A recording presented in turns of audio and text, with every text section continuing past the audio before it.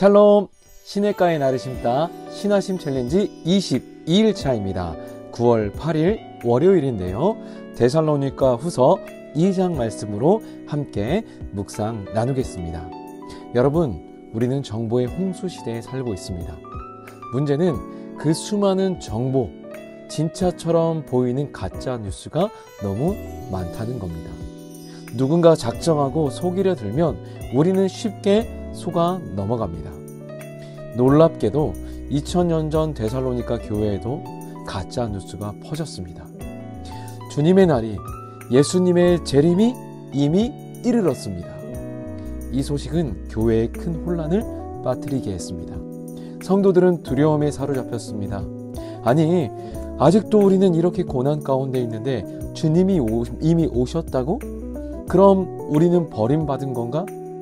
구원의 확신마저 뿌리채 흔들리는 위기였습니다. 바울은 이런 영적 혼란 가운데에서 어떻게 거짓을 분별하고 진리 위에 굳게 설 수 있는지 그 비결을 우리에게 알려주고 있습니다. 바울은 먼저 단호하게 말합니다. 누가 어떻게 하여도 너희는 미혹되지 말라. 그리고 그들의 두려움을 잠재기 위해, 마음의 흔들림을 잠재우기 위해서 팩트 체크를 시작합니다. 바울은 재림 전에 반드시 나타날 명백한 증거, 그것을 차분하게 설명합니다. 먼저 신앙을 저버리는 배교하는 일이 있을 거라고 말합니다. 3절인데요. 누가 어떻게 하여도 너희가 미혹되지 말라. 먼저 배교하는 일이 있고 저 불법의 사람 곧 멸망의 아들이 나타나기 전에는 그날이 이르지 아니하리니. 그러니까 배교하는 일이 있고 불법의 사람 곧 멸망의 아들 적 그리스도가 나타날 것이라고 말합니다. 바울은 그 적 그리스도의 특징을 아주 구체적으로 묘사합니다. 그는 하나님을 대적하고 스스로를 높여서 심지어 하나님의 성전에 앉아서 자기가 하나님이라고 주장할 만큼 매우 교만한 존재입니다. 실제 이 적 그리스도에게 능력이 있어서 수많은 사람들이 그 적 그리스도를 높이고 또 그 적 그리스도를 숭배하게 될 것입니다. 왜냐? 그는 사탄의 능력을 받아서 사탄이 활동하는 것처럼 사람들을 현혹하는 온갖 기적과 능력과 표적을 행할 것이기 때문입니다. 그런데 그렇다면 왜 지금 당장 그가 나타나지 않을까요? 어쩌면 우리가 살고 있는 2025년에도 그런 적그리스도의 존재, 성경이 말하고 있는 그 존재는 보이지 않습니다. 바울은 말합니다. 지금은 그를 막는 것이 있다고 말합니다. 6절에 막는 것이 있는 것을 아나니. 7절, 지금은 그것을 막는 자가 있어. 이것은 무엇이냐? 하나님의 주권 아래 세상의 악을 억제하는 질서의 힘이 있다라는 거죠. 예를 들면 각 나라의 법이 있습니다. 악은 심판하고 선을 권장하는 그런 법들이 있죠. 그런 법이 있기 때문에 사람들은 법과 질서 안에서 살아가면서 악을 누르고 억제하게 됩니다. 그리고 또 교회의 존재가 있죠. 복음을 선포하면서 그 복음 안에 사람들의 죄가 연약함이 드러나고 그 복음 때문에 그들의 연약함을 선으로 바꾸시는 하나님의 역사가 아직도 일어나고 있습니다. 하지만 성경은 말합니다. 마지막 때가 되면 이 억제력이 사라지고 불법의 사람은 그 정체를 완전히 드러날 때가 오게 됩니다. 8절, 그때의 불법한 자가 나타나리니. 불법의 사람이 나타날 때가 옵니다. 바울이 왜 이런 이야기를 하는 걸까요? 데살로니가 성도들에게 공포나 두려움을 주기 위함이 아닙니다. 오히려 그 반대입니다. 이 모든 일의 결말이 무엇이냐? 불법의 사람들이 나타나서 그가 당하는 그 결말이 무엇이냐? 8절을 다시 한번 읽어드립니다. 그때 불법한 자가 나타나리니 주 예수께서 그 입의 기운으로 그를 죽이시고 강림하여 나타나심으로 패하시리라.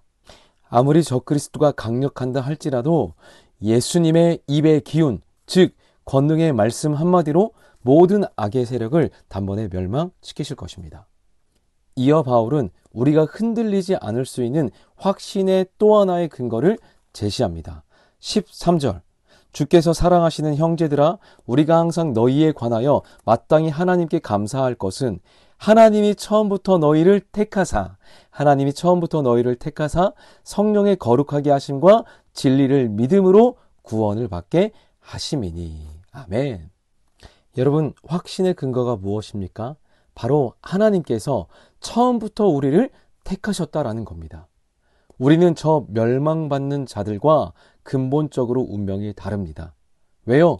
우리는 우리의 행위나 자격 때문이 아니라 하나님께서 처음부터 창세전에 시간의 시작부터 우리를 사랑하셔서 구원하시기로 택하셨기 때문입니다. 하나님은 자신의 택한 자들을 끝까지 완전하게 책임지시고 보호하십니다. 그래서 우리의 구원은 흔들리는 나의 감정이나 내가 어떤 것을 하지 못한 행위나 행동 때문이 아니라 하나도 변할 수 없는 하나님의 주권적인 선택에 달려 있습니다. 이것은 그 어떤 거짓 가르침으로도 우리의 구원을 흔들 수 없는 이유입니다. 우리의 확신의 근거, 확신의 뿌리는 나에게 있는 것이 아니라 영원하신 하나님께 있습니다. 그렇다면 이 놀라운 진리를 아는 우리는 어떻게 살아야 될까요? 바울은 분명히 말하고 있습니다. 분별의 기준을 알고 확신의 근거를 가졌다면 우리에게 실천과 행함이 필요하다고 이야기합니다. 바울은 15절에서 마지막 최종의 권면을 우리에게 주고 있습니다.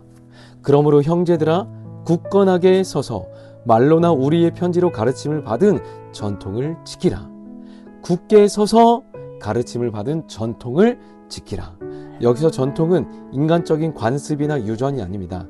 사도들을 통해서 우리에게 전해진 바른 복음의 가르침입니다. 곧 기록된 하나님의 말씀이죠. 수많은 거짓 가르침, 세상의 가치관 속에서 우리가 굳게 설 수 있는 유일한 근거, 유일한 반석은 하나님의 말씀뿐인 줄 믿습니다. 우리는 하나님의 위로와 영원한 소망, 선한 일에 대한 힘을 주심을 의지하면서 우리에게 가르쳐 주신 말씀, 우리의 귀에 영혼에 들린 말씀을 삶 속에서 굳게 붙들고 지켜 나가야 됩니다. 사랑하는 여러분, 지금도 세상은 우리 믿는 자를 흔듭니다. 온갖 이단 사상과 세상의 가치관이 이게 옳다, 이게 정상이라고 주장합니다. 이 흔들리는 세상 속에서 흔들리지 않는 사람들의 비결은 흔들리지 않는 영원한 말씀 안에 있습니다. 그래서 우리는 마지막 때에 대한 막연한 두려움이나 호기심을 버리고 성경이 가르치는 바른 진리를 배우고 익히는 데 힘써야 됩니다.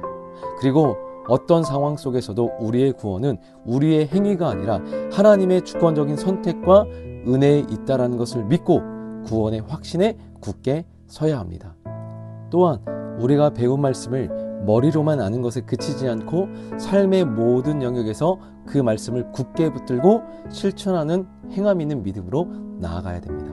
하나님께서 우리를 처음부터 택하신 그 구원, 그 확신을 선포합시다. 그 약속 위에 굳게 서는 여러분들 발금둥이 될 수 있기를 축복합니다. 이번 한 주도 그 약속의 말씀 위에 살아갈 수 있는 우리가 될 수 있기를 소망합니다. 신앙심 챌린지 화이팅입니다. 화이팅!